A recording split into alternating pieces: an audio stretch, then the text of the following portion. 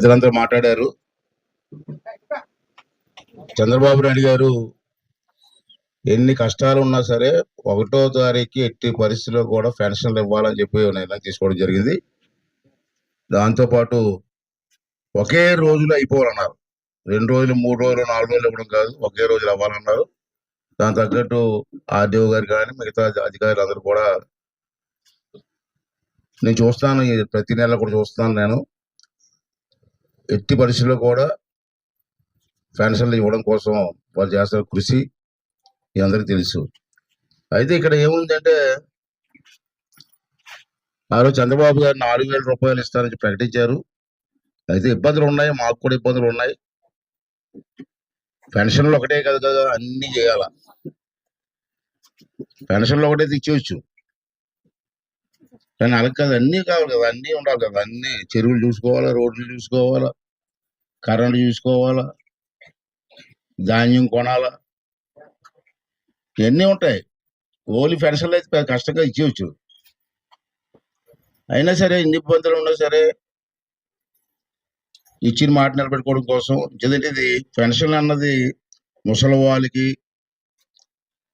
తర్వాత పక్షవాత జబ్బులు ఉన్న వాళ్ళకి, ఇటువంటి వాళ్ళకి ఉపయోగం కాబట్టి ఎట్టి పరిస్థితులు ఆగకూడదని చెప్పి చంద్రబాబు గారి ఉద్దేశం.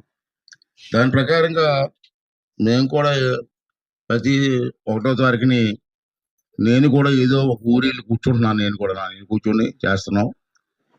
మీ ఊర్లో 927 ఇళ్ళు ఉన్నాయి. మీ గుండుపాల అంటే పంచాయతీ అంతా కలిపి. మరి అది కూడా మీకు తెలియకపోతే మీ నాయకులు కలగా 927 ఇళ్ళు మీ పంచాయతీలో ఉన్నాయి. మొత్తం టోటల్ ఇల్లు ఇప్పుడు వరకు. దీంట్లో పత్తూరు గ్రామంలో, పత్తూరు మీ శివారు 321 ఇళ్ళు ఉన్నాయి. నువ్వు తెలుసు. మొత్తం ఇళ్ళన్నీ కలిపితే మీ గుండుపాలతో చెప్పాను, మొత్తం మీ పంచాయతీలు ఇళ్ళని కలిపితే 1,248 ఇళ్ళు ఉన్నాయి. ఇప్పుడు రాసుకోండి, అది కాగితాలు ఇస్తారు, రాసుకోండి.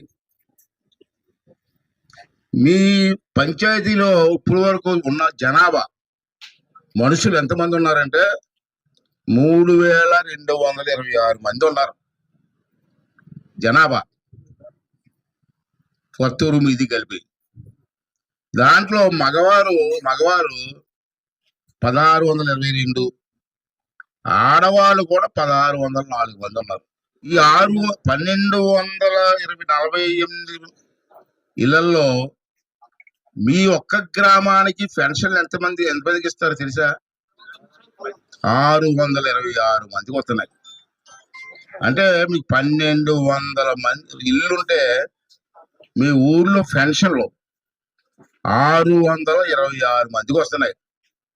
అంటే ఇంచుమించు 40%, అంటే 40% మందికి చంద్రబాబు నాయుడు గారు పెన్షన్లు ఇస్తున్నారు. భారతదేశంలో, మన ఆంధ్ర రాష్ట్ర, భారతదేశంలో ఏ రాష్ట్రం, మనలాంటి రాష్ట్రాలు చాలా ఉన్నాయి, ఏ రాష్ట్రంలో కూడా 4,000 రూపాయలు పెన్షన్ ఇవ్వట్లేదు. పక్కన 5 తెలంగాణలో ఇవ్వట్లేదు, చెన్నైలో ఇవ్వట్లేదు. భారతదేశం మొత్తం మీద 4,000 రూపాయలు పెన్షన్ ఇచ్చింది ఒక చంద్రబాబు నాయుడు గారే. ఇప్పుడు రోడ్లు ఉన్నాయి, మీరు చూశారు. మొన్న గత 5 సంవత్సరాలు నేను ఓడిపోయాను, చంద్రబాబు నాయుడు గారు అంతా ప్రభుత్వం పోయింది.